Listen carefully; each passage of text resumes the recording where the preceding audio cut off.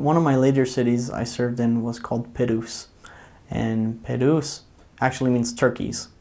So it's the city of turkeys in Sao Paulo, and it was about 20 to 40 minutes by train north of Sao Paulo. So we would always ride up there, and it's pretty isolated. One of the things about Sao Paulo is it's incredibly hilly.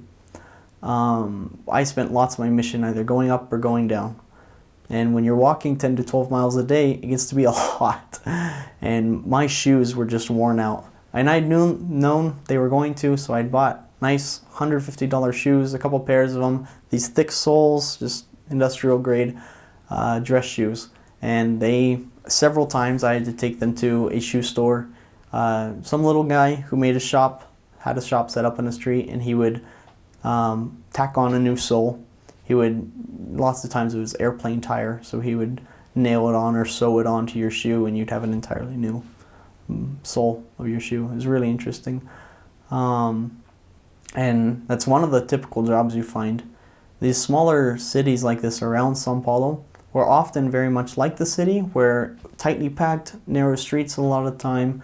One or two main streets where all the stores were, which was pretty much the center of the city, and then sprawling suburbs around it.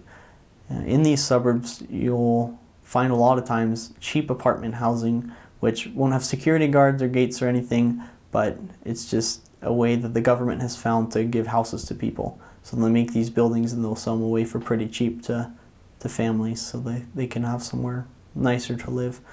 Because there are lots of parts where you find people living in cardboard boxes or these cheap shanty huts made out of sheet metal or something. So Brazil has done quite a bit of work on trying to get people into nicer housing, and you'll find a lot of these apartments kind of settings. In these smaller cities, there are still buses. Bus is the main form of transportation. If we went to district meeting or anything, we'd take the bus to the neighboring city, or we worked in Perus especially. There was another smaller city that was part of our area, so we'd take the bus in between there, or we'd find some member who was willing to drive us and go with us on some visits. And you got to be really proficient with the bus. You had to know where each one was going, where you had to get off, and or else you were going to miss your stop. And there was one time where we missed our stop completely, and we wound up walking home for the next 3 hours. So that was fun. These smaller cities still have this kind of big city feel, the same kind of feel you get in Sao Paulo. Not quite as packed or busy. You won't find the hordes of people you'll find going down some streets in Sao Paulo, but it's still quite busy. People are walking around, and they've all got the hustle and bustle of their days. You'll still find those typical kind of jobs where people are butchers or grocers or carpenters, kind of stuff like that.